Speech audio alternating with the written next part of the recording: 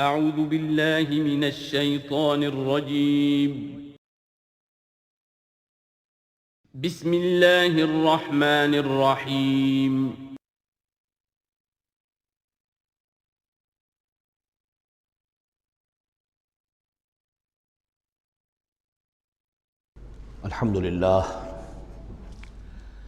الحمدللہ وکفا والصلاة والسلام علی عبادہ الذین اصطفیٰ خصوصاً علی افضلہم وخاتم النبیین محمد الامین وعلی آلہ وصحبہ اجمعین اما بعد فقد قال اللہ تبارک وتعالی کما ورد فی سورة الاحزاب اعوذ باللہ من الشیطان الرجیم بسم اللہ الرحمن الرحیم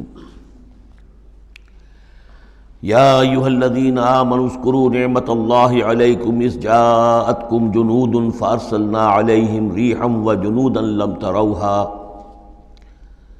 وکان اللہ بما تعملون بصیرا صدق اللہ العظیم رب اشرح لی صدری ویسر لی امری واحلل عقدۃ من لسانی یفقہوا قولی اللہم ربنا الہمنا رشدنا واعذنا من شرور انفسنا اللہم ارنا الحق حقا وارزقنا اتباعہ وارنا الباطل باطلا وارزقنا اجتنابہ اللہم وفقنا لما تحب وترضى اللہم ربنا آنس وحشتنا فی قبورنا وارحمنا بالقرآن العظیم اللہم اجعلہ لنا اماما ونورا وہدا ورحمہ اللہم ذکرنا منہ ما نسینا وعلمنا منہ ما جہلنا وارزقنا تلاوتہ آناء اللیل واطراف النہار واجعلہ لنا حجتا یا رب العالمین آمین۔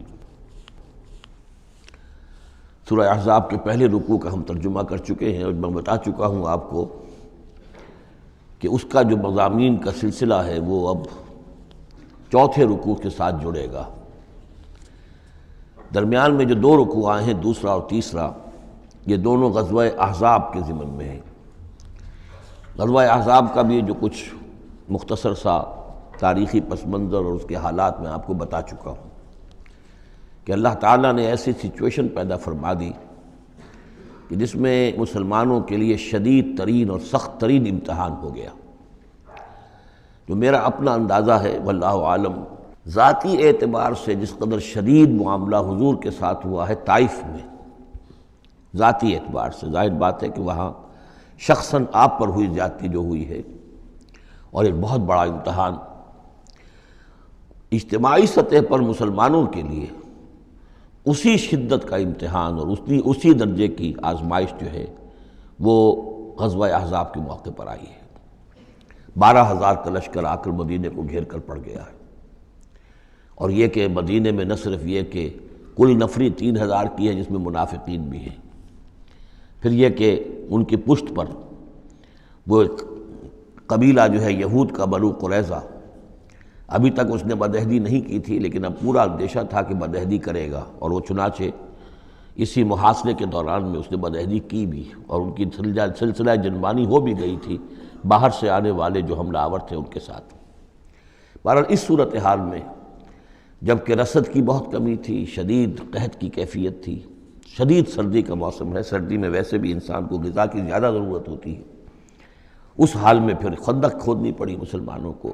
تو یوں سمجھیے کہ جو شدید ترین امتحان ہو سکتا تھا وہ اللہ نے لے لیا، جس کا نتیجہ کیا نکلا؟ جو منافق اپنے دلوں میں نفاق کو چھپائے ہوئے تھے وہ نفاق ظاہر ہو گیا، ان کی زبانوں پر آ گیا، اور یہی اصل میں آزمائش کا اصل مقصود ہے، لیمیز الخبیث من الطیب، کہ اللہ تعالیٰ خبیث کو اور طیب کو علیحدہ علیحدہ کر دے، ممیز کر دے۔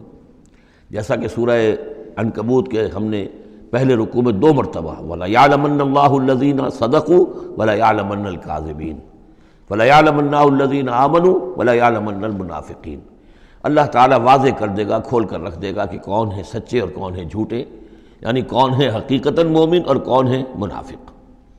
تو اس کا یہ فنومینن ہے، یہ گویا کہ جیسے کہ اس وقت سن 5 نبوی میں شدید ترین حالات ہو گئے تھے غلاموں کے لیے، نوجوانوں کے لیے، ظاہر بات ہے کہ حضور پر تو اس طرح کی دست درازی نہیں کر سکتے تھے مکے کے لوگ، لیکن غلام تھے یا نوجوان تھے، ان کے اوپر جو ہے جس شدید قسم کی آزمائش آ گئی تھی، اسی طرح کی گویا کہ آزمائش سن 5 نبوی میں یہ غزوہ احزاب کی شکل میں بدری دور میں آ گئی ہے۔ یہ 5 ہجری ہے، وہ 5 نبوی ہے۔ یا ایھا الذین آمنوا اذکروا نعمت اللہ علیکم، اہل ایمان یاد کرو اللہ کے اس انعام کو جو تم پر ہوا۔ اذ جاءتکم جنود، جب تمہارے پاس تم پر حملہ آور ہوئے بہت سے لشکر، بنو غطفان آئے، بنو فزارہ آئے مشرق کی طرف سے، اور جنوب اور مغرب کی طرف سے جو ہے چلے آ رہے ہیں قریش، اور ان کو جو ہے پوری سپورٹ حاصل ہے شمال سے یہود کی، ان میں وہ کہ بنو نذیر بھی ہیں کہ جو مدینہ ہی سے نکالے گئے تھے، اور اس کے علاوہ یہ کہ خیبر کے یہودی بھی ہیں۔ فارسلنا علیہم ریحًا، تو جب وہ لشکر آ گئے تم پر حملہ آور ہوئے تو ہم نے ان پر ایک آندھی بھیج دی، ایک تیز جھکڑ بھیج دیا۔ وجنودا لم تروہا، وہ آندھی تو تم نے بھی دیکھی کہ آندھی آئی ہے، لیکن یہ کہ اور لشکر بھی ہم نے اتارے تھے جو تم نے نہیں دیکھے، یعنی فرشتے۔ وکان اللہ بما تعملون بصیرا، اور جو کچھ تم کر رہے تھے اللہ اسے دیکھ رہا تھا۔ کون اب کس کے منہ پر، کس کی زبان پر نفاق آ گیا ہے، کس کا ایمان اور پختہ ہو گیا ہے۔ تو یہ ایک جملے میں گویا کہ پوری داستان کو تو اللہ نے سمو لیا۔ 20-25 دن تک محاصرہ رہا، اکا دکا مبارزت ہوئی۔ عمرو بن عبد ود آیا، وہ ان کا بہت ہی پورے عرب کا معنی ہوا جو ہے، وہ شہ سوار بھی تھا اور بہت بڑا وہ لڑاکا آدمی، 90 برس کی عمر، لیکن یہ کہ اس کے مقابلے میں آنے کی کوئی جرت نہیں کرتا تھا۔ جب وہ آیا ہے اور اس نے اپنے گھوڑے کو وہ ایڑ لگائی ہے کہ چھلانگ مار کر پوری جو تھی وہ خندق اس کو پار کر کے آ گیا، اور اکیلا ادھر آ کے کھڑا ہو گیا کہ آؤ کوئی ہے تمہارا مقابلہ وہ جو مجھ سے کر سکے۔ بہرحال سب لوگ ششدر حیران کہ اب اس کے مقابلے میں کون جائے۔ بالآخر حضرت علی نکلے رضی اللہ تعالیٰ عنہ۔ تو حضرت علی نے اس سے کہا، بلکہ اس نے کہا میرے مقابلے میں جو کوئی بھی آتا ہے، میری عادت ہے یہ کہ میں اسے پہلے 3 مواقع دیتا ہوں کہ وہ کوئی درخواست مجھ سے کرے جو منظور کر لوں۔ حضرت علی نے کہا میری پہلی درخواست یہ ہے کہ تم ایمان لے آؤ۔ انہوں نے کہا نہیں یہ نہیں ہو سکتا۔ اچھا دوسری درخواست میری یہ ہے کہ تم جنگ سے واپس چلے جاؤ۔ انہوں نے کہا یہ بھی نہیں ہو سکتا۔ تیسری بولو۔ تو حضرت علی نے فرمایا اچھا آؤ اب پھر مقابلے میں آؤ، یہ تیسری درخواست یہ ہے کہ آؤ مجھ سے مقابلہ کرو۔ تو وہ ہنسا، قہقہ لگایا کہ میرا اندازہ نہیں تھا کہ پورے عرب میں کوئی شخص مجھے یہ بھی کہہ سکتا ہے کہ مجھ سے آؤ مقابلہ کرو۔ بہرحال حضرت علی نے اسے واصل جہنم کیا رضی اللہ تعالی عنہ وارضاہ۔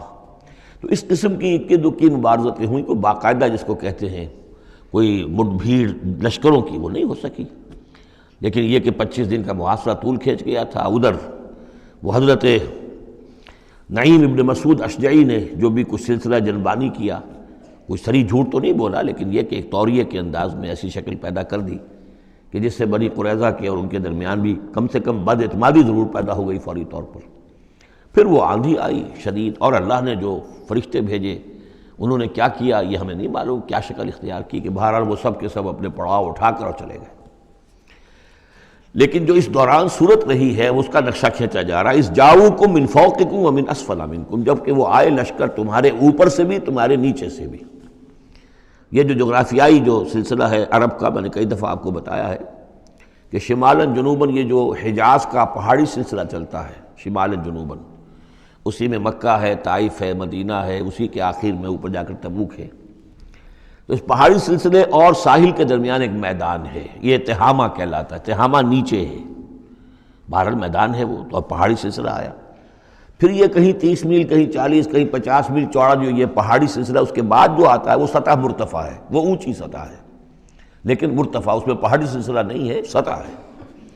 تو اس جاؤکم من فوقکم، تو گویا کہ جو ادھر سے آئے ہیں وہ اوپر سے آئے ہیں، جو مشرق سے آئے، بنو غطفان وغیرہ کے جو قبائل آئے، اور من اسفل منکم نیچے سے جو تہامہ کی طرف سے ہو کر آئے ہیں وہ قریش کا لشکر جو ہے کہ جو مکے سے ہو کر آیا ہے۔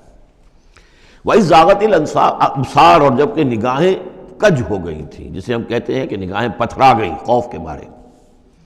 وَبَلَغَتِ الْقُلُوبُ الْحَنَاجِرَ، اور جب دل جو ہے وہ حلق میں آ گئے تھے، ہنسلیوں میں آ کر پھنس گئے تھے۔ جب آدمی کے اوپر دہشت ہو تو اس طریقے سے معلوم ہوتا ہے، جیسے ہم کہتے ہیں دل بلیوں اچھلنے لگا، تو معلوم ہوتا ہے جب دل کی دھڑکن تیز ہوتی ہے کہ شاید وہ نکل جائے گا یہاں سے۔ وَتَظُنُّونَ بِاللَّهِ الظُّنُونَ، اور تم پھر اللہ کے بارے میں بڑے طرح طرح کے گمان کر رہے تھے، اب دل میں تمہارے خیال آ رہے تھے۔ ہنالک ابتلی المؤمنون، اس وقت اہل ایمان کا خوب امتحان لے لیا گیا، ابتلا خوب ہم نے کر لی، جانچ لیا، پرکھ لیا۔ وزلزلوا زلزالا شدیدا، اور وہ ہلا مارے گئے، جھنجھوڑ دیے گئے۔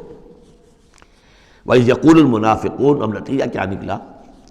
جبکہ کہہ رہے تھے وہ منافق، والذین فی قلوبہم مرض، اور جن کے دلوں میں روگ تھا، ما وعدنا اللہ ورسولہ الا غرورا، ہم سے اللہ اور اس کے رسول نے جو وعدے کیے تھے جھوٹے ثابت ہوئے، ہمیں سبز باغ دکھا کے مروا دیا اللہ نے اور اس کے رسول نے۔ ہم سے کہا تھا کیسر و کسریٰ کی سلطنتیں تمہارے قلبوں میں آئیں گی، ہم سے کہا تھا اللہ کی مدد آئے گی، یہ کہاں اللہ کی مدد آئی؟ بعض منافقین نے کہا ہمارا حال تو یہ کہ ہم قضائے حاجت کے لیے باہر نہیں جا سکتے ہیں، ہم مدینے کے اندر محصور ہو گئے ہیں۔ ظاہر بات ہے کہ سینیٹیشن کا بھی کوئی نظام نہیں تھا، کس قدر وہاں پر اس سے ایک مسئلہ پیدا ہو چکا ہو، باہر نکل نہیں سکتے بالکل، تو قضائے حاجت وغیرہ بھی وہیں ہو رہی ہے۔ تو یہ ان کے منہ پر جو ہے، ان کی زبانوں پر جو اندر کا خبث تھا، اندر کی گندگی تھی، زبانوں پر آ گئی۔ ما وعدنا اللہ ورسولہ الا غرورا، نہیں وعدہ کیا تھا ہم سے اللہ اور اس کے رسول نے مگر جھوٹا، دھوکے کا وعدہ۔ وَإِذْ قَالَتْ طَائِفَةٌ مِّنْهُمْ يَا أَهْلَ يَثْرِبَ، اور جبکہ ان میں سے ایک گروہ یہاں تک کہہ رہا تھا اے یثرب والو، لا مقام لکم فارجعوا، اب تمہارا کوئی ٹھکانہ نہیں ہے، لوٹ جاؤ یہاں سے، کہاں تم مقابلہ کر سکتے ہو، یہ 12,000 کا لشکر آ گیا، کوئی ممکن ہے، کوئی امکان تمہیں نظر آتا ہے؟ تو کسی طریقے سے کہیں سے بھاگنے کے لیے راستہ تلاش کرو۔ وَيَسْتَأْذِنُ فَرِيقٌ مِّنْهُمْ النَّبِيَّ، اور ان میں سے ایک گروہ جو ہے آ کر نبی سے اجازت طلب کر رہا تھا، یقولون ان بیوتنا عورا، اور وہ کہہ رہا تھا کہ ہمارے تو گھر کھلے پڑے ہوئے ہیں، یعنی گھروں کو اندیشہ ہے، گھروں کے اوپر پیچھے سے بنو قریظہ کے لوگ حملہ آور ہو جائیں، ہماری عورتیں وغیرہ جو ہم نے چند حویلیوں کے اندر جن کو جمع کیا ہے، آپ نے یہی کیا تھا حضور نے صلی اللہ علیہ وسلم، خواتین کو بچوں کو ایک ایسی جگہ پر کہ جہاں وہ وسطی علاقہ تھا مدینے کا، اور وہاں بڑی کوئی حویلی تھی اس میں جمع کر دیا تھا، تو اب وہ تو ہمیں تو اندیشہ ہے، ہمارے گھر خالی پڑے ہوئے ہیں، اس کے اوپر حملہ ہو سکتا ہے۔ وما ہی اب عورا، حالانکہ وہ نہیں کھلے پڑے ہوئے تھے، اللہ تعالیٰ نے اور اللہ کے رسول نے پہرے وغیرہ کا بندوبست کیا ہوا تھا۔ ان یریدون الا فرارا، حقیقت میں وہ فرار چاہتے تھے، بھاگنا چاہتے تھے، یہ تو بہانہ تھا جو بنا رہے تھے، اصل میں جنگ سے پیٹھ دکھا کر بھاگنا مقصود تھا۔ وَلَوْ دُخِلَتْ عَلَيْهِمْ مِنْ أَقْطَارِهَا، اور اگر کہیں داخلہ ہو ہی گیا ہوتا دشمن کا اس مدینے کے اندر اس کے چاروں طرف سے، ثم يسئل الفتنہ، اور پھر ان سے مطالبہ کیا جاتا فتنے کا، یعنی ارتداد کا۔ اگر یہ مشرکین کی فوجیں جو ہیں کہیں خدا نخواستہ مدینے میں داخل ہو جاتی اور اب وہ کہتی کہ یا تو مرتد ہو جاؤ اور یا ہم تمہیں قتل کرتے ہیں، تو وہ ما تلبسوا الا لآتوہا، وہ اس فتنے کو قبول کر لیتے، مرتد ہو جاتے، وما تلبسوا بہا الا یسیرا، اور تھوڑی سی دیر بھی نہ لگاتے، بہت ہی تھوڑا سا وقفہ، یعنی وہ ایمان ان کے دلوں میں اس کی جڑیں گہری تھی ہی نہیں، تو وہ مرتد ہونے کے لیے تیار تھے۔ وَلَقَدْ كَانُوا عَاهَدُوا اللَّهِ مِن قَبْلُ، حالانکہ چونکہ وہ مسلمان تھے تو انہوں نے عہد کیا تھا اللہ سے اس سے قبل، لا يولون الادبار، کہ وہ کبھی پیٹھ نہیں دکھائیں گے، جب بھی حق و باطل کا مقابلہ ہوگا پیٹھ نہیں دکھائیں گے۔ وَكَانَ عَهْدُ اللَّهِ مَسْئُولًا، اور یقیناً اللہ کے ساتھ جو عہد کیا گیا اور پھر اس کے بارے میں باز پرس ہوتی ہے کہ وہ عہد پورا کیا گیا یا نہیں کیا گیا۔ قُلْ لَن يَنفَعَكُمُ الْفِرَارُ إِنْ فَرَرْتُم مِّنَ الْمَوْتِ، اے نبی ان سے کہہ دیجئے کہ تمہیں یہ بھاگنا اور فرار مفید نہیں ہو سکتا اگر تم موت سے بھاگ رہے ہو، اب القتل یا قتل سے، اس لیے کہ موت تو ہر جگہ آ سکتی ہے۔ وَإِذًا لَا تُمَتَّعُونَ إِلَّا قَلِيلًا، اور آج موت نہ آئی، فرض کیجئے اس موقع پر نہ آئی، تب بھی آخر دنیا میں کوئی سامان رسنے بسنے کا جو ہے رہنے کا وہ آخر لامحدود تو نہیں ہے۔ لا طلب ثم لا تمتعون الا قلیلا، نہیں تمہیں ساز و سامان ملے گا دنیا کی زندگی کا مگر تھوڑا سا، کچھ دن اور جی لو گے۔ قل من ذا الذی یعصمکم من اللہ، ان سے پوچھئے کون ہے وہ جو تمہیں اللہ سے بچا سکے، ان اراد بکم سوءا، اگر اللہ ہی نے فیصلہ کر لیا ہو تمہارے بارے میں کسی بری چیز کا، او اراد بکم رحمہ، اور اگر اللہ نے رحمت کا فیصلہ کیا ہو تو کون ہے جو اس کی رحمت کے آڑے آ سکے۔ وَلَا يَجِدُونَ لَهُم مِّن دُونِ اللَّهِ وَلِيًّا وَلَا نَصِيرًا، اور یہ نہیں پائیں گے اللہ کے مقابلے میں نہ کوئی ولی حمایتی اور نہ مددگار۔ قد یعلم اللہ المعوقین منکم، تم میں سے اے نام نہاد مسلمانوں، اے منافقوں، ہمیں خوب معلوم ہے، اللہ کو خوب معلوم ہے کہ کون ان میں سے روکتے ہیں دوسروں کو کہ مت جاؤ، محاذ پر مت جاؤ۔ جیسا کہ میں بتا چکا ہوں کہ دو طرف تو حرات تھے، ادھر سے حفاظت تھی، پیچھے بنو قریظہ تھے، چونکہ وہ معاہد تھے، ان سے معاہدہ تو موجود تھا، لہذا اس اعتبار سے بظاہر وہ بھی محفوظ تھا، ادھر سے حملہ نہیں ہو سکتا تھا، اگرچہ اندیشہ ہر وقت تھا کہ کبھی وہ بھی دغا دیں تو پھر یہ ہے کہ چکی کے دو پارٹوں کے درمیان مسلمان آ جائیں گے۔ لیکن جو سامنے کا علاقہ تھا وہاں وہ خندق جو ہے کھود دی گئی، اور خندق سے ادھر جو ہے وہ مسلمان مرچہ لگا کے بیٹھے ہوئے، تو اب اس جو بھی وہ محاذ بنتا تھا اس پر کوئی نہیں جاتا تھا، روکتے تھے ادھر مت جاؤ، کہاں جا رہے ہو۔ قد یعلم اللہ المعوقین منکم، تم میں سے جو لوگ روکتے ہیں دوسروں کو، والقائلین لاخوانہم ہلم الینا، اور جو کہتے ہیں اپنے بھائیوں سے آؤ ہماری طرف آؤ، گھروں میں گھس جاؤ، چھپ جاؤ، تمہارا جو ہے کہیں نام و نشان نہ رہے، کہاں جا رہے ہو موت کے منہ میں۔ ولا یاتون الباس الا قلیلا، اور وہ نہیں آتے، حاضر نہیں ہوتے جنگ میں، یعنی میدان جنگ میں جہاں پر کہ فوجوں کا پڑاؤ ہے، آمنے سامنے کا معاملہ، مگر کبھی کسی وقت۔ شاذ اشیحۃ علیکم، اے مسلمانوں یہ تمہارے حق میں بہت بخیل ہیں، کوئی خیر نہیں چاہتے تمہارے لیے، یہ خیر خواہ نہیں ہے، تمہارے بدخواہ ہیں۔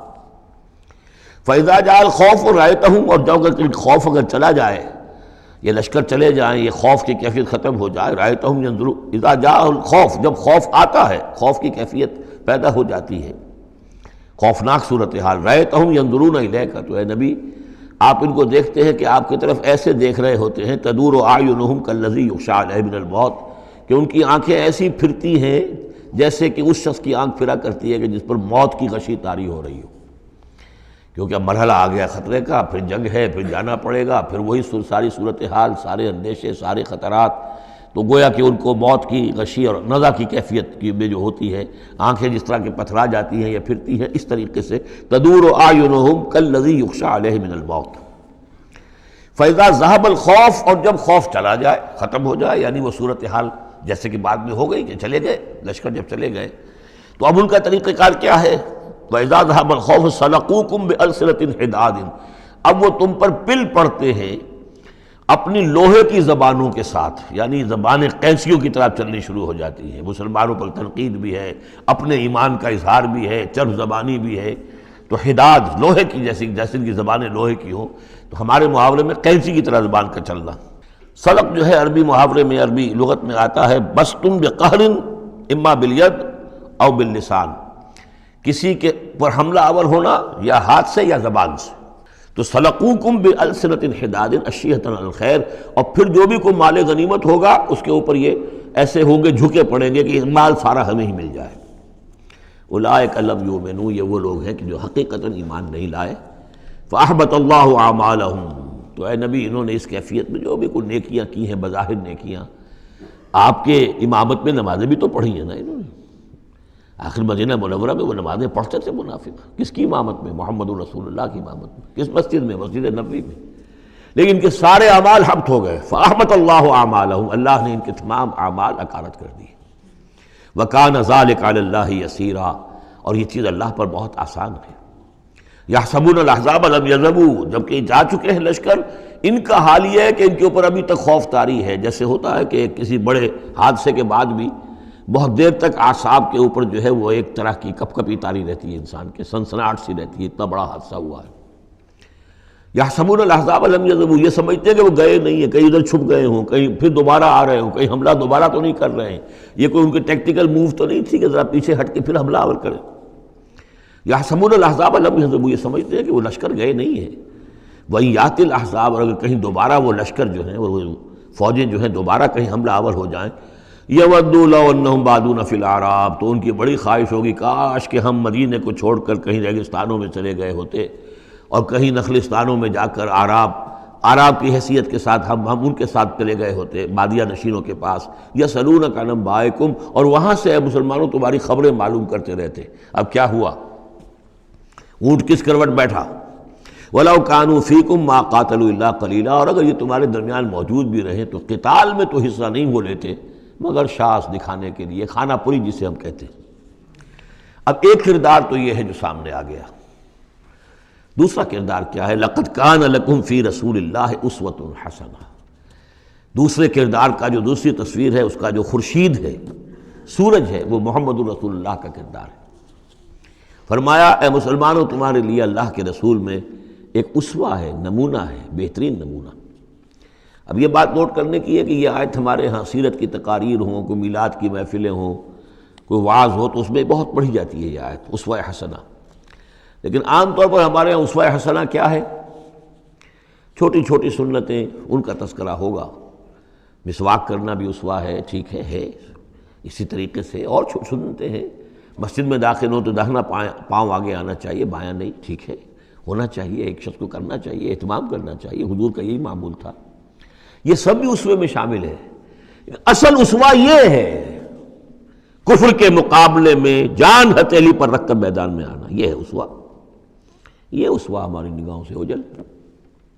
محمد رسول اللہ کا مثالی کردار کس اعتبار سے؟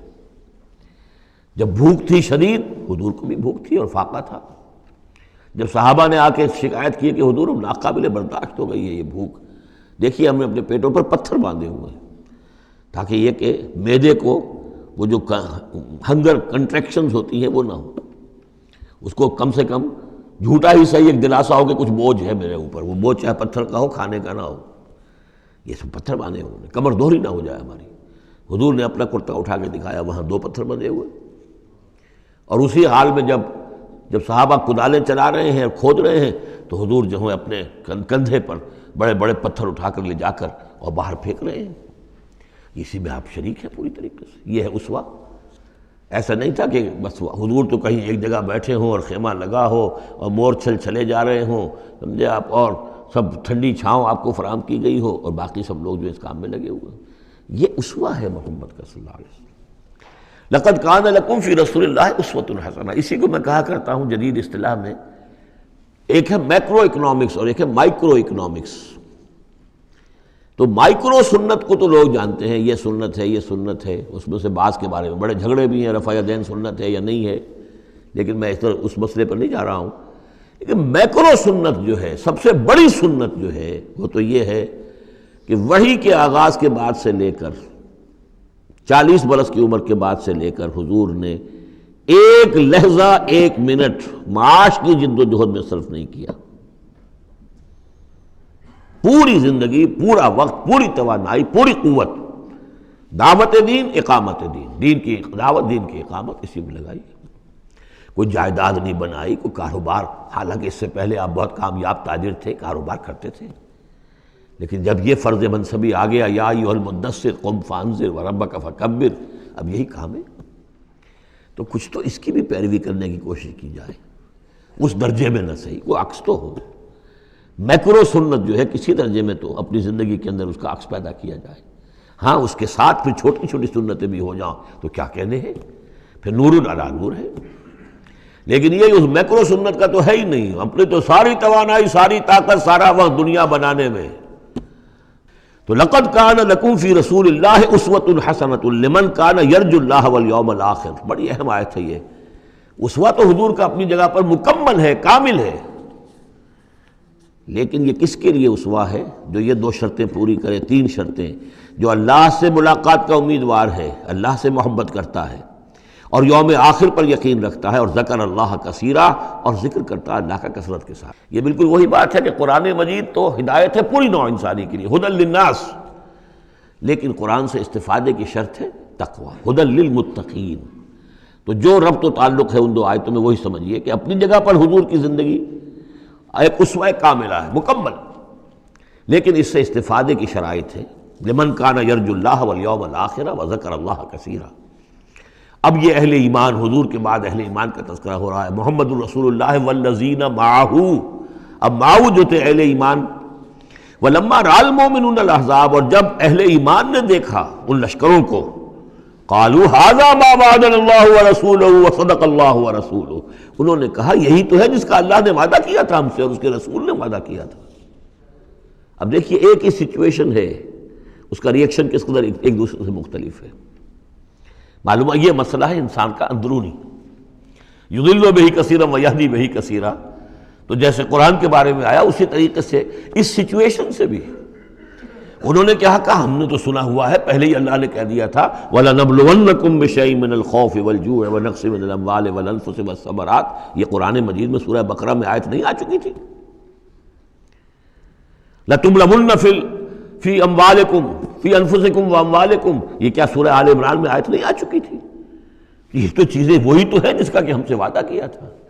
وَلَمَّا رَأَى الْمُؤْمِنُونَ الْأَحْزَابَ، جب دیکھا اہل ایمان نے ان احزاب کو، قالوا هذا ما وعدنا اللہ ورسولہ وصدق اللہ ورسولہ، اور بالکل صحیح کہا تھا اللہ نے بھی اور بالکل صحیح فرمایا تھا اس کے رسول نے بھی، وما زادہم الا ایمانا وتسلیما، اور نہیں ہوا ان میں کسی شے کا اضافہ مگر ایمان اور تسلیم، ایمان کے ساتھ تسلیم، سر تسلیم خم، سر تسلیم خم ہے جو مزاج یار میں آئے، جو اللہ کی طرف سے فیصلہ ہے، جیسا کہ ہم پڑھ چکے ہیں سورہ توبہ میں، اگرچہ سورہ توبہ تو بہت بعد میں نازل ہوگی، ابھی 4 سال بعد میں اس سورہ مبارکہ کے وہ زمانہ نزول کے اعتبار سے، لیکن ہم تو پڑھ چکے ہیں ہر طرح موسم بنا اللہ احد الحسنین، ہمارے لیے تم کیا اندازہ کس چیز کا انتظار کر سکتے ہو سوائے 2 نہایت اعلیٰ ترین صورتوں کے، ہم سب کے سب شہید ہو جائیں تب بھی ہماری کامیابی ہے، اور ہم کامیاب ہو کر آ جائیں تو تب تو تم بھی مانو گے کامیابی ہے، اس لیے ہمیں تو کوئی اندیشہ ہی نہیں۔ تو اس میں تسلیم ان کے اندر، اور ہم بھی تسلیم کی خو ڈالیں گے، بے نیازی تیری عادت ہی صحیح۔ من المؤمنین رجال صدقوا ما عاہدوا اللہ علیہ، اہل ایمان میں وہ جمع مرد لوگ ہیں رضی اللہ تعالی عنہم وارضاہم اجمعین، صدقوا ما عاہدوا اللہ علیہ، جنہوں نے سچا کر دکھایا وہ عہد جو انہوں نے اللہ سے کیا تھا۔ انہوں نے کہا تھا وہ اپنی جان اور مال حاضر ہے، ہم جنت کے عوض یہ سب کچھ دینے کو تیار ہیں، انہوں نے وہ عہد پورا کر دیا۔ فَمِنْهُمْ مَنْ قَضَى نَحْبَهُ، ان میں سے وہ بھی ہیں جو اپنی نظر گزار چکے، نظر پیش کر چکے۔ کتنے ہی صحابہ تھے جو اس وقت تک جام شہادت نوش کر چکے تھے، سن 5 ہے یہ تو، سن 3 میں 70 صحابہ تو غزوہ احد کے اندر ہی شہید ہوئے۔ فَمِنْهُمْ مَنْ قَضَى نَحْبَهُ، ان میں وہ بھی ہیں کہ جو اپنی نظر پیش کر چکے۔ وَمِنْهُمْ مَنْ يَنْتَظِرُ، اور باقی جو ہے وہ منتظر ہے کہ کب وقت آئے۔ یہ تو ہم انتظار میں ہیں کہ کب اللہ تعالیٰ ہمیں بھی شہادت کا درجہ دے، ہماری بھی شہادت قبول فرما لے۔ وبال دوش ہے سر جس میں ناتواں پہ مگر لگا رکھا ہے تیرے خنجر و ثنا کے لیے، ہم تو اللہ منتظر ہیں کہ کب ہماری باری آ جائے۔ فَمِنْهُمْ مَنْ قَضَى نَحْبَهُ وَمِنْهُمْ مَنْ يَنْتَظِرُ وَمَا بَدَّلُوا تَبْدِيلًا، اور انہوں نے ہرگز تبدیلی کوئی نہیں کی، جو انہوں نے عہد اللہ سے کیا سر منہ اس میں فرق نہیں آنے دیا۔ لِيَجْزِيَ اللَّهُ الصَّادِقِينَ بِصِدْقِهِمْ، تاکہ اللہ تعالیٰ سچوں کو ان کی سچائی کا پورا بدلہ دے۔ وَيُعَذِّبَ الْمُنَافِقِينَ إِن شَاءَ أَوْ يَتُوبَ عَلَيْهِمْ، اور ان منافقوں کو چاہے تو ان پر عذاب بھیج دے، اور چاہے تو ابھی ان کی توبہ قبول کر لے، انہیں توبہ کا موقع دے دے۔ یہ میں بتا چکا ہوں کہ آخری جو فیصلہ ہوا وہ جب کہ غزوہ تبوک کا معاملہ ہوا ہے، پھر آخری فیصلے ہوئے ہیں۔ یا سورہ نساء جو ہے اس کے اندر بھی وہ آیت آ گئی تھی کہ فی الدرک الاسفل من النار، لیکن آخری چیز کہ اے نبی استغفر لہم او لا تستغفر لہم ان تستغفر لہم 70 مرۃ فلن یغفر اللہ لہم، کہ اب آپ ان منافقوں کے لیے استغفار کریں یا نہ کریں، اگر 70 مرتبہ بھی استغفار کریں گے تب بھی اللہ ان کو معاف نہیں فرمائے گا۔ ان اللہ کان غفور الرحیم، یقیناً اللہ غفور الرحیم ہے۔ ورد اللہ الذین کفروا، اللہ نے لوٹا دیا ان کافروں کو جو چڑھ کر آئے تھے بڑے شان و شوکت کے ساتھ، وہ پورے لشکر جو ہے سب چلے گئے، بغیظہم، وہ اپنے غصے کو ساتھ ہی لے گئے۔ وہ غصہ جو ہے وہ نکالے بغیر، یا تو کوئی جنگ ہوتی، کچھ وہ قتل عام کرتے تو کچھ غصہ ان کا نکلتا، اللہ نے ان کو ان کے غصے کے ساتھ ہی واپس کر دیا۔ ورد اللہ الذین کفروا بغیظہم لم ینالوا خیرا، انہیں کوئی خیر حاصل نہ ہو سکا، کوئی فتح ہوتی، کوئی کارنامہ سر انجام دیا ہوتا، کچھ نہیں۔ وکفى اللہ المؤمنین القتال، اور اللہ کافی رہا اہل ایمان کی طرف سے قتال کے لیے۔ اہل ایمان کو تو جنگ کی نوبت ہی نہیں آئی، کھلی جنگ تو ہوئی نہیں، اللہ نے خود ہی آندھی بھیج کر اور جو بھی اپنی خفیہ تدابیر ہیں، جو بھی اپنی مدد تھی فرشتوں کے ذریعے سے، اللہ تعالیٰ نے گویا کہ اہل ایمان کو اس امتحان میں سے تو گزار دیا، باقی یہ کہ کوئی غضب نہیں پہنچنے دیا۔ وَكَانَ اللَّهُ قَوِيًّا عَزِيزًا، اور یقیناً اللہ تعالیٰ قوی اور عزیز ہے، زبردست ہے، قوت والا ہے۔ وَأَنزَلَ الَّذِينَ ظَاهَرُوهُمْ، اب یہ دوسرا ہے، اس کا جو ضمیمہ ہے غزوہ احزاب کا، وہ غزوہ بنی قریظہ ہے۔ روایات میں آتا ہے کہ حضور نے غزوہ جب یہ لشکر چلے گئے، غزوہ احزاب ختم ہو گیا، تو آ کر واپس گھر آ کر اپنے ہتھیار وغیرہ اتارے، زرہ اتاری، تو حضرت جبرائیل آئے کہ آپ نے ہتھیار اتار دیے، ہم نے تو ابھی اتارے نہیں ہیں، ابھی بنو قریظہ کو کیفر کردار تک پہنچانا ہے، انہوں نے جو غداری کی اس موقع پر، اپنے عہد کو توڑا ہے، اس کی سزا انہیں دینی ہے۔ چنانچہ حضور نے حکم دیا کہ اب کوئی مسلمان جو ہے عصر کی نماز نہ پڑھے یا کوئی مغرب کی نماز نہ پڑھے، جو بھی کوئی وقت معین کیا، جب تک کہ وہ بنی قریظہ کے علاقے میں پہنچ نہ جائے۔ وہاں جا کر اب وہاں جا کے پھر ان کا گھیراؤ کیا گیا، محاصرہ ہوا، وہ محاصرہ بھی خاصا طویل ہوا، ان کا قلعہ بڑا مضبوط تھا، لیکن تنگ آ کر بالآخر انہوں نے ہتھیار ڈال دیے، اور یہ کہا کہ سعد بن معاذ جو رئیس اوس تھے اور ان کے حلیف تھے، اوس کے قبیلے کے ساتھ ان کی پرانی جو ہے وہ حلیفی تعلقات تھے، حلیفانہ تعلقات، کل جو وہ فیصلہ کر دیں گے ہمیں منظور ہوگا۔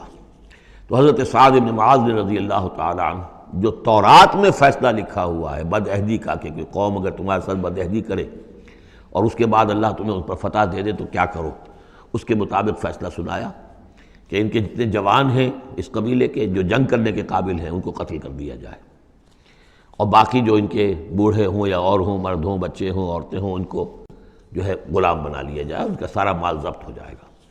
تو بدترین سزا جو ہے ان تین قبیلوں میں سے، جن میں سے ایک قبیلہ تھا بنی قینقاع کا، ایک تھا بنو نذیر، یہ دونوں تو صرف جلا وطن ہوئے ہیں، لیکن بدترین سزا پھر ان کو دی گئی ہے۔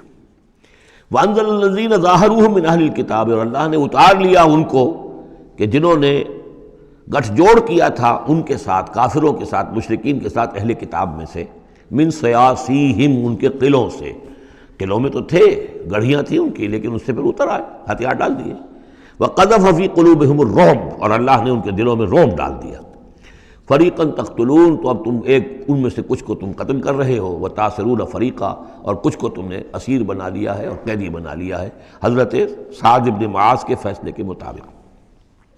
وَأَوْرَثَكُمْ أَرْضَهُمْ وَدِيَارَهُمْ، اللہ نے تمہیں وارث بنا دیا ان کی زمینوں کا بھی اور ان کے مکانوں کا، گھروں کا، ان کے قلعوں کا، وَأَمْوَالَهُمْ، اور ان کے اموال کا، وَأَرْضًا لَّن تَطَئُوهَا، اور ابھی بہت سی زمینیں ہیں جن پہ ابھی تمہارے قدم نہیں گئے، اللہ تعالیٰ تمہیں وہ دے گا۔ چنانچہ اس کے بعد اللہ نے فتح دینی جو شروع کی ہے۔ غزوہ احزاب جو ہے در حقیقت یہ ایک ٹرننگ پوائنٹ تھا حضور کی سیرت کے اندر، اس لیے کہ اس کے بعد حضور نے کہہ بھی دیا تھا، غزوہ احزاب کے بعد صحابہ کو خوشخبری دے دی تھی، لن تغزوکم قریش بعد عامکم ھذا، مسلمانوں اس سال کے بعد اب قریش تم پر دوبارہ حملہ آور نہیں ہوں گے۔ ان کی آخری یہ اٹیمپٹ تھی جو انہوں نے کر لی ہے، اب ان میں ہمت نہیں ہوگی کہ وہ دوبارہ چڑھائی کر کے آئیں، وَلَكِنَّكُمْ تَغْزُونَهُمْ، بلکہ اب تم چڑھائی کرو گے۔ وہ چڑھائی اگلے ہی سال سن 6 میں حضور نے کی، لیکن حضور نے کس طرح کی چڑھائی کی کہ عمرے کے لیے جا رہے ہیں ہم، تو ہتھیار نہیں ہے، ہتھیار بند ہے، احرام باندھا ہوا ہے۔ اب ایک ایسی سچویشن پیدا ہوئی مکے والوں کے لیے، نہ وہ نگلا جائے نہ اگلا جائے، کہ ان کی پرانی روایات ہیں یہ کہ کسی کو بھی عمرے کے لیے، حج کے لیے کوئی آئے اسے نہیں روک سکتے، لیکن مسلمانوں کو کیسے آنے دیں، اور روکے تو کیسے روکیں؟ بالآخر انہوں نے فیصلہ کیا ہم کسی ضرورت نہیں آنے دیں گے۔ ادھر حضور نے پھر جو ہے بیعت لے لی کہ اب یہاں سے ہم کوئی بھی زندہ نہیں جائے گا، سب جانے یہیں دے دیں گے۔ بیعت علی الموت، بیعت رضوان جو ہوئی اس موقع پر، وہ بیعت علی الموت تھی، یہیں پر جانے دے دیں گے۔ اس کی خبریں وہاں پہنچی تو ان کے چھکے چھوٹ گئے۔ بہرحال پھر صلح ہوئی، جس صلح کو کہا ہے اللہ تعالیٰ نے انا فتحنا لک فتحا مبینا، تو فتح کا جو ہے دروازہ کھل گیا ہے غزوہ احزاب کے فوراً بعد، اور اسی کی طرف اشارہ ہے وہ ارضا لم تطئوہا، ابھی بہت سی زمینیں جن پر مسلمانوں تمہارے قدم نہیں پہنچے، ابھی تم نے گھوڑے نہیں دوڑائے ہیں، ابھی وہ تو زمینیں اب کہاں سے کہاں تک آپ سمجھیے کہ 30 سال کے اندر کہاں سے کہاں تک مسلمانوں کی حکومت ہو گئی۔ تو وہ سارا اشارہ اس میں ہے، خاص طور پہ خیبر سن 7 میں یہودیوں کا گڑھ فتح ہو گیا۔ وَكَانَ اللَّهُ عَلَىٰ كُلِّ شَيْءٍ قَدِيرًا، اور اللہ تعالیٰ ہر چیز پر قادر ہے۔ اب یہاں سے وہ مضمون شروع ہو رہا ہے کہ جو پہلے رکوع میں تھا، کچھ جو مجلسی اصلاحات ہیں، یوں سمجھیے کہ ان کی پہلی قسط وہ ہے جو سورہ احزاب میں آ رہی ہے۔ 5ویں سال عرب میں پردے کا رواج نہیں تھا، چادر کا رواج تھا، مرد بھی عورت بھی، باہر جب نکلتا تھا تو ایک لمبی سی چادر لے کر، لیکن یہ کہ مردوں کے صرف کندھے پر وہ پڑی ہوتی تھی، عورتیں یہ ضرور تھا کہ اسے اپنا تقریباً پورے جسم میں وہ لپیٹ لیتی تھی اس میں، لیکن چہرے کا کچھ نہیں، سر پہ کچھ نہیں۔ سر پر اگر ہو گیا ورنہ چہرہ کھلا. یہ وہاں کے رواج تھے. گھروں میں بے دھڑک جا رہے ہیں آ رہے ہیں، اور جو بھی تھا وہاں پر جو صورتحال تھی. اب اس میں جو تدریجاً اصلاح کی گئی، تو پہلی بات جو سمجھنے کی ہے وہ یہ ہے کہ اصلاح کا آغاز ہوا، چیریٹی بگنز ایٹ ہوم، نبی کے گھر سے آغاز کیا گیا، اور نبی کی بیویوں کو سب سے پہلے مخاطب کیا گیا، اس لیے کہ یہاں سے اس کا آغاز ہوگا. اور اس میں ایک بڑا لطیف نکتہ یہ ہے کہ حضور صلی اللہ علیہ وسلم جو اسوہ حسنہ ہے کامل، تو مردوں کے لیے تو کامل اسوہ حسنہ ہے حضور صلی اللہ علیہ وسلم، باپ کی حیثیت سے، بیٹے کی حیثیت سے، داماد کی حیثیت سے، خسر کی حیثیت سے، قاضی القضات کی حیثیت سے، سپہ سالار کی حیثیت سے، ہیڈ آف دی اسٹیٹ کی حیثیت سے، امام کی حیثیت سے، خطیب کی حیثیت سے، معلم کی حیثیت سے، مربی اور مزکی کی حیثیت سے، جتنی حیثیتیں آپ گن سکتے ہیں حضور کی سیرت میں اسوہ موجود ہے. ایک پہلو سے اسوے میں کمی ہے، اور وہ کمی کیا ہے؟ عورتوں کے جو خاص نسوانی معاملات ہوتے ہیں اس میں تو حضور اسوہ نہیں بن سکتے. حضور تو مرد ہیں، تو عورتوں کی زندگی کا ایک حصہ ہے کہ نہیں؟ تو عورتوں کے لیے اسوہ کون ہے؟ وہ آپ کی ازواج مطہرات کو اسوہ بنایا جا رہا ہے. اس لیے اصلاح کا عمل ان سے شروع کیا گیا، اور ان کو گویا کہ کہہ دیا گیا کہ تم اگر نیکی کرو گی دوہرا اجر پاؤ گی. کیوں؟ کہ تمہیں تو دیکھ کر تمام مسلمان خواتین نے جو ہے تمہارے نقش قدم کی پیروی کرنی ہے، اور خدا نہ خواستہ تم نے کوئی غلط حرکت کی تو تمہیں دوہری سزا ملے گی، اس لیے کہ تم تو ان کے لیے اب اسوہ ہو. تو گویا کہ اسی سورہ مبارکہ میں حضور کے بارے میں آیت آئی ہے لَقَدْ كَانَ لَكُمْ فِي رَسُولِ اللَّهِ أُسْوَةٌ حَسَنَةٌ. لیکن حضور کے اس اسوے میں جو ایک پہلو سے کمی ہے کہ خواتین کے لیے ان کے جو مخصوص نسوانی معاملات ہیں ان کے لیے حضور کی شخصیت میں اسوہ نہیں ہے، اس خلا کو پر کیا ہے ازواج مطہرات کے ذریعے سے.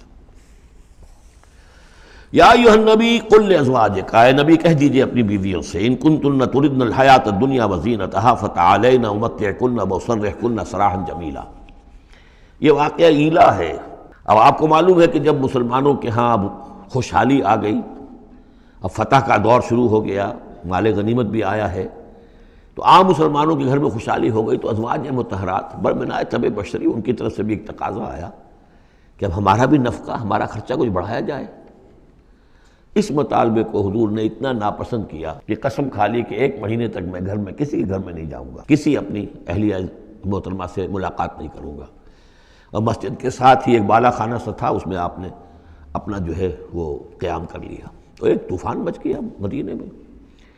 اب حضرت ابوبکر کی بیٹی حضرت عائشہ حضور کے گھر میں ہے، حضرت عمر کی بیٹی حضرت حفصہ حضور کے گھر میں ہے کہ اب یہ کیا ہو رہا ہے، کیا ان کو طلاق ہو جائے گی، کیا ہوگا؟ حضور نے کیا فیصلہ کر لیا ہے؟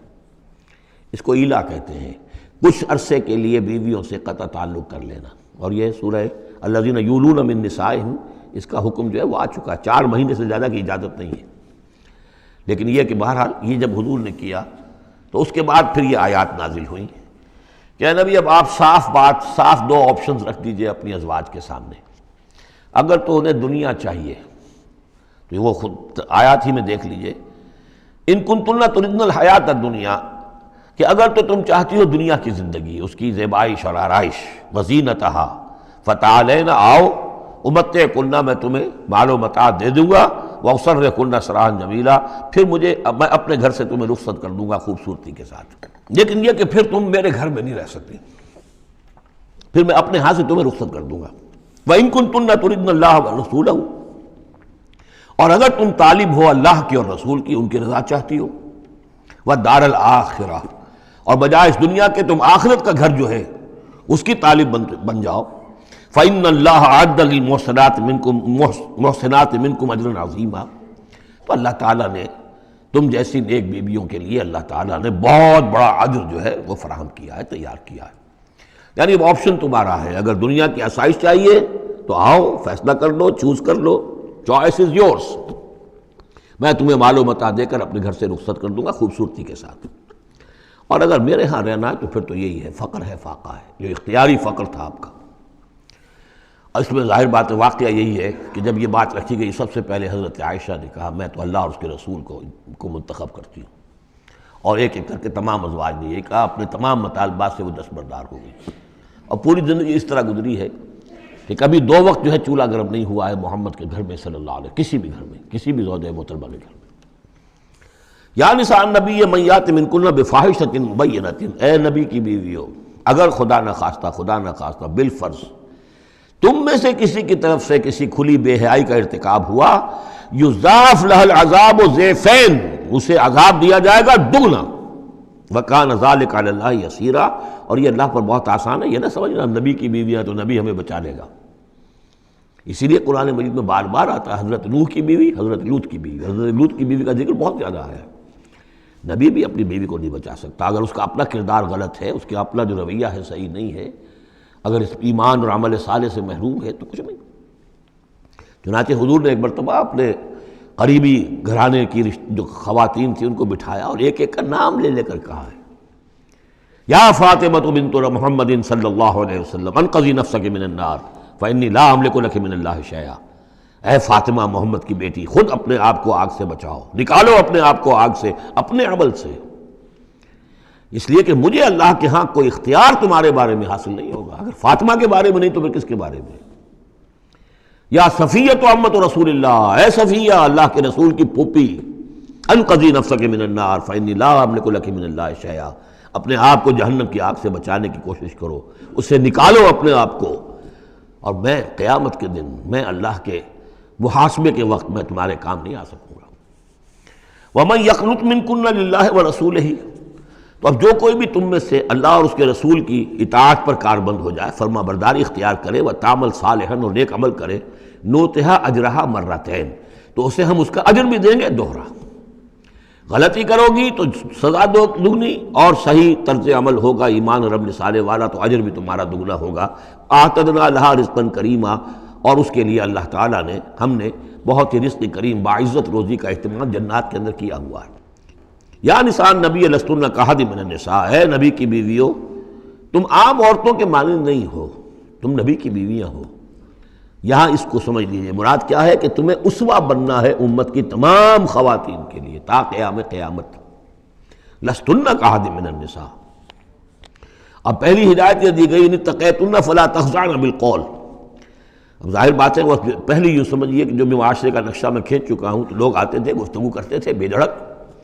پہلی بات تو یہ آپ نے فرمائی کہ اگر تم تقویٰ دل میں رکھو اور لوگوں سے بات کرتے ہوئے اپنی آواز میں لوچ پیدا نہ کرو، نرمی پیدا نہ کرو۔ ظاہر بات ہے عورت کی آواز اس کے اندر مرد کے لیے کشش ہے، اور اگر کہیں طرح اس میں لوچ بھی ہو تو اگر کسی کے دل میں کوئی خباثت ہے، کوئی گندگی ہے، منافق بھی تو اسی معاشرے میں تھے نا، اور وہ تو کوئی موقع نہیں جانے دینا چاہتے تھے کوئی سکینڈلز اٹھانے کا حضور کے خلاف اگر ہو جائے۔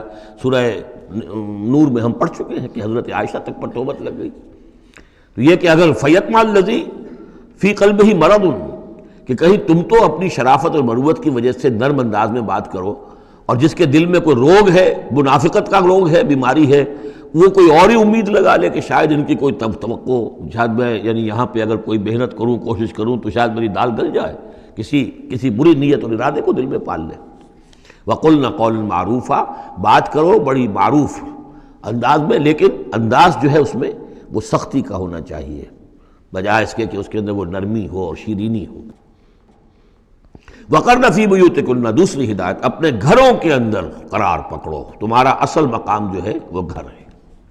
اب یہ اصول دیے جا رہے ہیں، یعنی سمجھیے کہ یہ اصلاحات جو ہو رہی ہیں، مخلوط معاشرہ نہیں ہے اسلامی معاشرہ، عورت کا اصل مقام اس کا گھر ہے، ماں کی حیثیت سے، بہن کی حیثیت سے، بیٹی کی حیثیت سے، بیوی کی حیثیت، گھر کے اندر۔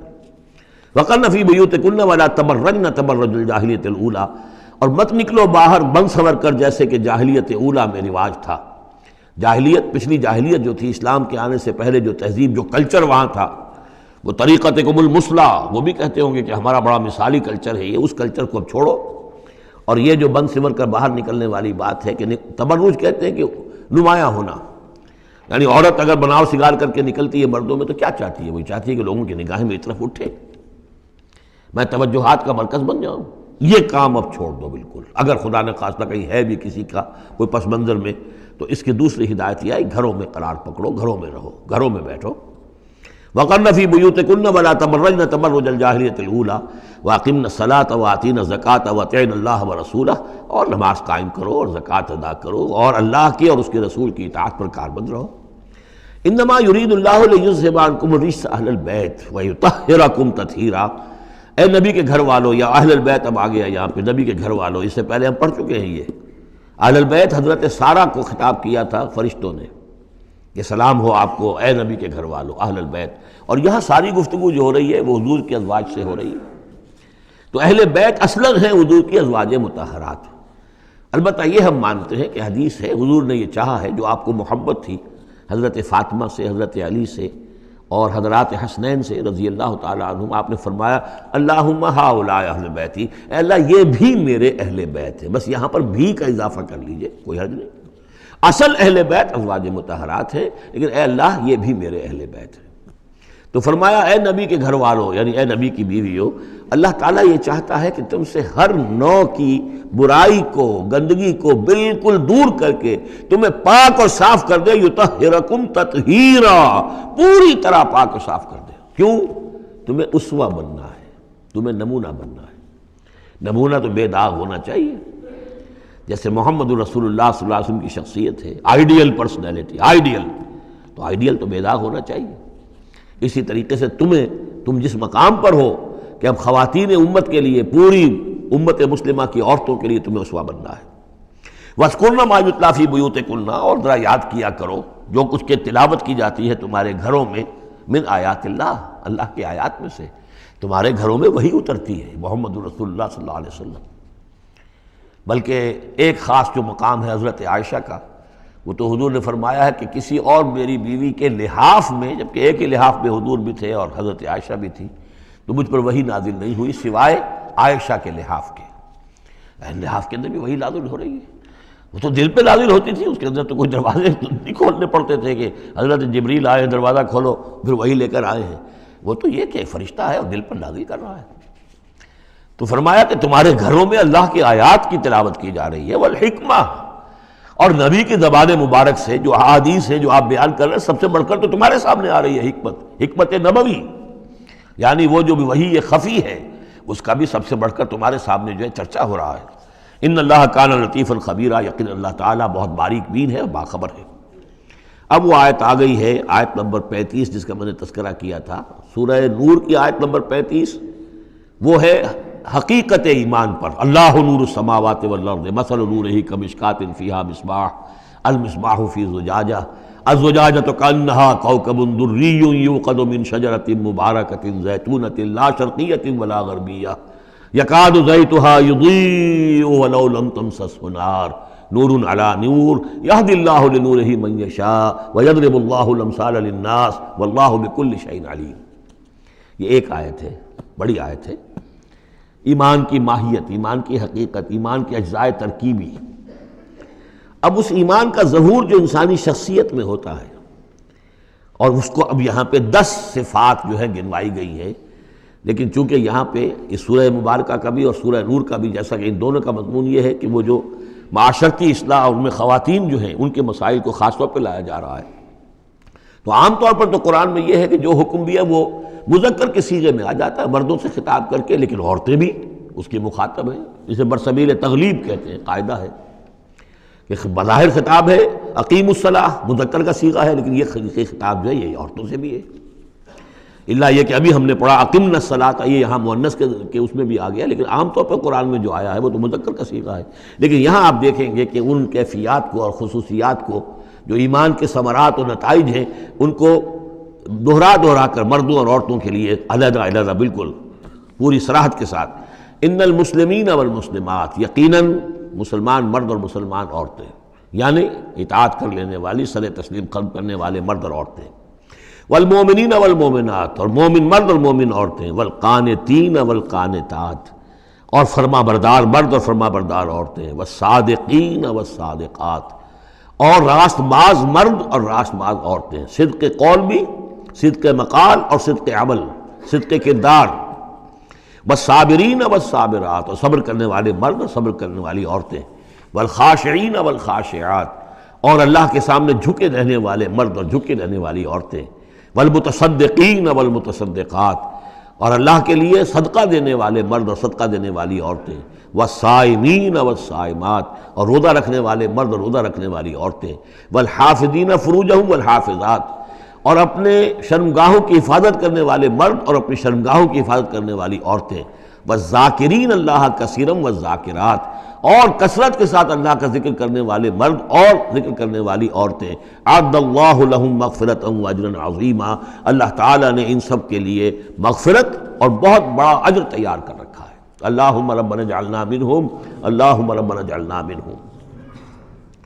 اب وہ مسئلہ آ رہا ہے کہ جس کی تمہید ہوئی تھی پہلے رکوع میں، حضرت زینب رضی اللہ تعالیٰ عنہ سے حضور کی شادی کا معاملہ، اور اس سے پہلے حضور کے کہنے کی وجہ سے حضرت زینب کا نکاح جو حضرت زید بن حارثہ سے ہوا، پھر زید بن حارثہ رضی اللہ تعالیٰ عنہ نے جو ان کو طلاق دینی چاہی، پھر حضور کے دل میں جو یہ خیال ہوا کہ میں نے پہلے تو حکم دے کر نکاح پر مجبور کیا، اب اگر یہ داغ لگ جاتا ہے زینب کو تو گویا کہ پھر تو ایک ہی شکل رہ جائے گی اس کی دلجوئی کی، تلافی کی، کہ میں خود نکاح کروں۔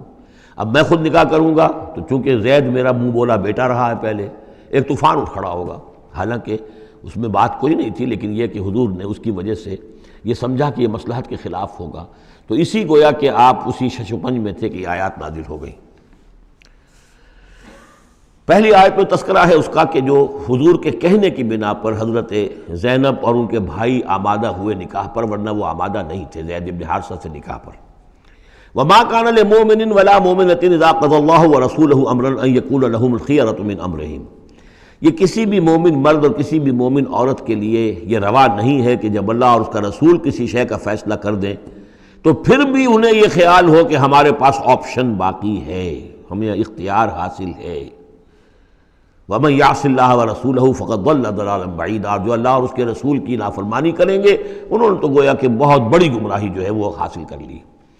تو یہ گویا کہ ایک تو یہ کہ اس کو عام ہم لیں گے تو یہ ہر معاملے کے اوپر ہے کہ اللہ اور اس کے رسول کے فیصلے کے بعد پھر میں یہ سمجھوں کہ میرے پاس کوئی آپشن ہے، تو اس کا مطلب ہے کہ میں اللہ کا انکار کر رہا ہوں، رسول کا انکار کر رہا ہوں۔ پس منظر میں وہی ہے کہ حضور کی فرمائش جو تھی ابتداءً تو چونکہ امیمہ ابن عبد المطلب حضور کی پھپھی تھیں جن کی بیٹی ہیں حضرت زینب، اب یوں سمجھیے کہ قریش کا اونچا خاندان ہے، اور ادھر یہ ہے کہ حضرت زید ابن حارثہ غلام رہے ہیں، اگرچہ تھے شریف خاندانوں میں سے عرب کے، لیکن کبھی انہیں کہیں پکڑ کر کہیں کسی نے لا کر غلام بنا کر بیچ دیا تھا تو داغ تو لگ گیا غلامی کا، اور اس معاشرے میں وہ داغ پھر دھلتا نہیں تھا ایک دفعہ لگ جانے کے بعد۔ تو اس وجہ سے اب انہوں نے حضور کے لیے، حضور کے فرمانے کی وجہ سے نکاح کیا، اس کے بعد نہیں ان کی نبھی آپس میں، اور اس میں گمان غالب یہ ہے کہ حضرت زینب انہیں وہ نہیں دے سکیں احترام اور ادب اور ان کی مرضی پر چلنے کا معاملہ، جیسا کہ ایک عورت کو فصالحات و قانتات حافظات للغیب جو رویہ ہونا چاہیے، اب وہ اپنے جذبات اور احساسات کے اوپر اس درجے جو ہیں وہ کنٹرول نہ کر سکیں، لہذا ان کے مابین جو ہے وہ موافقت نہیں ہوئی۔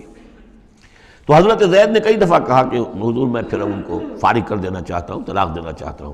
استقول للذی انعم اللہ علیہ وانعمت علیہ امسک علیک زوجک، اے نبی جب آپ کہتے تھے اب اس شخص سے کہ جس پر اللہ نے بھی انعام فرمایا اور آپ نے بھی انعام فرمایا، آپ نے اسے آزاد کر دیا، اپنا منہ بولا بیٹا بنایا تھا، یہ دوسری بات ہے کہ اللہ نے وہ بات ختم کر دی، یہ تو زید ابن محمد کہلاتا تھا، اب یہ زید ابن حارثہ رہ گیا دوبارہ۔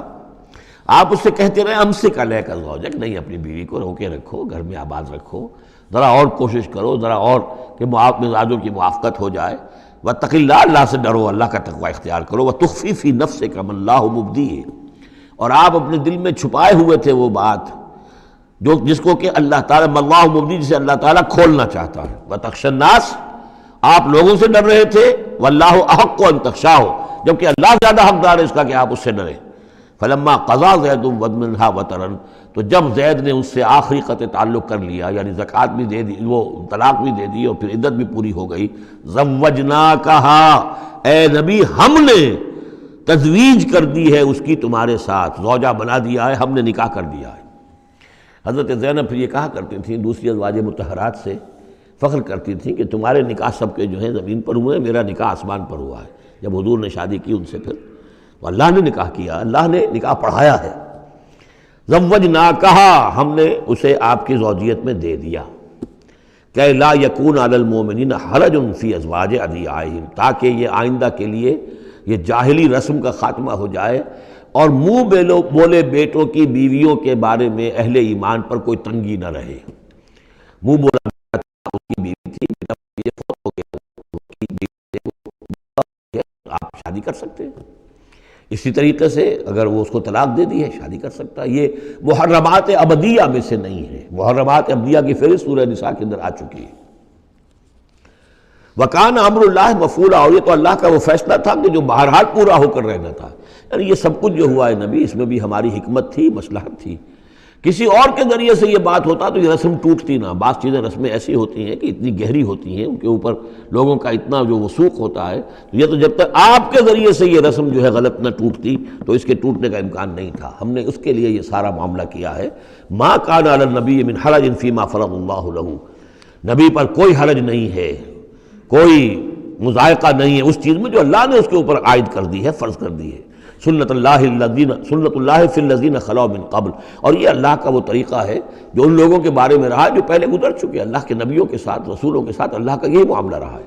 وَكَانَ أَمْرُ اللَّهِ قَدَرًا مَقْدُورًا، اور یہ تو اللہ کا وہ معاملہ تھا کہ جو گویا کہ طے تھا، مقرر ہو چکا تھا، ہماری مشیت میں یہ پہلے سے طے تھا.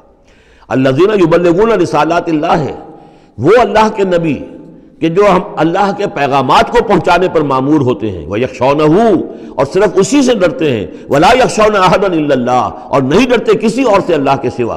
وَكَفَى بِاللَّهِ حَسِيبًا، اور اللہ تعالیٰ کافی ہے کفایت کرنے والا یا حساب لینے والا.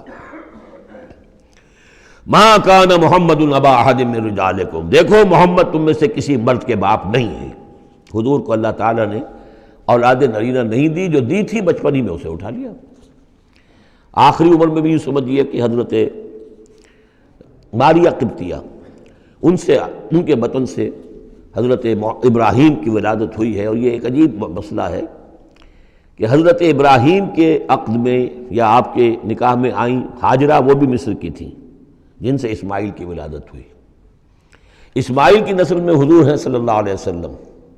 پھر مصر ہی سے ایک ماریہ قبطیہ آ رہی ہیں، اور ان کے بطن سے جو بیٹا ہوا اس کا نام حضور نے ابراہیم رکھا. اور حضور کو بہت محبوب بھی تھا، لیکن وہ بہت ہی چھوٹا ہستہ تھا، بچپن میں ہی فوت ہو گیا ہے، اور حضور کو اس کا افسوس بھی ہوا. یا ابراہیم انا لفراقک محزونون، یا ابراہیم ہم تمہاری جدائی سے بڑے محزون ہیں، ہمیں رنج ہے. بہرحال ما کان محمد ابا احد من رجالکم، تمہارے مردوں میں سے کسی کے باپ نہیں ہے. یہ زید ابن حارثہ کے باپ نہیں ہے. زید ابن حارثہ منہ بولا بیٹا تھا، اب جب کہ ہم نے حکم نازل کر دیا ہے اب وہ سارا سلسلہ منقطع ہو گیا. ولیکن رسول اللہ و خاتم النبیین، بلکہ یہ اللہ کے رسول ہیں اور نبیوں کی مہر ہیں. اب نبوت ختم ہو رہی ہے ان پر، اب کوئی نبی آنے والا نہیں. لہذا جتنی بھی رسومات جاہلیت کی تھیں، اگر ان کے ذریعے سے وہ ختم نہ ہو تو پھر کس کے ذریعے سے ختم ہوگی؟ یہ ہے اس میں جو دلیل مضمر ہے کہ یہ جو کڑوا گھونٹ ہے محمد صلی اللہ علیہ وسلم تو آپ کو کرنا ہی تھا، اس لیے کہ یہ جاہلانہ رسمیں جو ہیں اگر آپ اس کے اندر یہ اقدام نہ کرتے اور آپ نے اپنے منہ بولے بیٹے کی بیوی سے اگر شادی نہ کی ہوتی تو یہ رسم ختم نہیں ہو سکتی تھی. اور یہی بات بتائی جا رہی ہے لوگوں کو، ما کان محمد ابا احد من رجالکم ولکن رسول اللہ و خاتم النبیین، وہ تو اللہ کے رسول ہیں اور خاتم النبیین. اب اس میں ایک بڑا باریک نقطہ ہے، وہ نوٹ کر لیجئے. رسالت حضور کی دائم و قائم ہے، چل رہی ہے ابھی تک. فرق صرف یہ ہے کہ اس وقت تک براہ راست آپ بنفس نفیس اپنی رسالت کے فرائض ادا کر رہے تھے، اب بائی پروکسی ہے، اب امت کے ذریعے سے ہے. جو بھی آپ کے امتی ہیں، جو بھی دین کے خادم ہیں، جو بھی قرآن کے پیغام کو پہنچا رہے ہیں، جہاں تک پہنچا رہے ہیں وہ رسالت محمدی کا پیغام پہنچ رہا ہے. رسالت محمد کی ہے صلی اللہ علیہ وسلم. جیسے کہ ہم نے سورہ انعام میں آیت پڑھی تھی، اوحی الی ھذا القرآن لانذرکم بہ ومن بلغ، اے نبی ان سے کہہ دیجئے یہ قرآن مجھ پر وحی کیا گیا ہے تاکہ اس کے ذریعے سے میں تمہیں بھی خبردار کر دوں اور جسے بھی یہ قرآن پہنچ جائے. اسی لیے امت کو آپ ہدایت دے کر گئے تھے، فَلْيُبَلِّغِ الشَّاهِدُ الْغَائِبَ، اب یہ تمہارا کام ہے اس قرآن کی تبلیغ کرو اور پہنچاؤ، جو بھی یہاں نہیں ہے ان تک پہنچاؤ. تو گویا کہ رسالت محمدی ختم نہیں ہوئی ہے، رسالت محمدی تو چل رہی ہے. لہذا ختم کا لفظ جو آیا ہے وہ رسالت کے ساتھ نہیں آیا، نبوت کے ساتھ آیا. نبوت ختم ہو گئی جب وحی کا دروازہ بند ہو گیا، نبوت ختم ہو گئی. نبوت محمدی آپ کی ذات کے ساتھ تھی، وہ جیسے ہی آپ کی ذات جو ہے وہ اس دنیا سے اس نے پردہ کیا، اس کے ساتھ ہی آپ کی وہ نبوت کا دروازہ بند ہو گیا. لیکن رسالت محمدی وہ تو دائم و قائم ہے. اسی لیے یہاں دیکھیے ولیکن رسول اللہ ہے، وخاتم النبیین، آپ تو اللہ کے رسول ہیں اور دائم ہیں اور قائم ہیں، اور خاتم النبیین ہیں اور نبیوں کی مہر ہیں، وکان اللہ بکل شیء علیما، اور یقیناً اللہ تو ہر چیز کا علم رکھنے والا ہے۔ بارک اللہ لی ولکم فی القرآن العظیم ونفعنی وإیاکم بالآیات والذکر الحکیم۔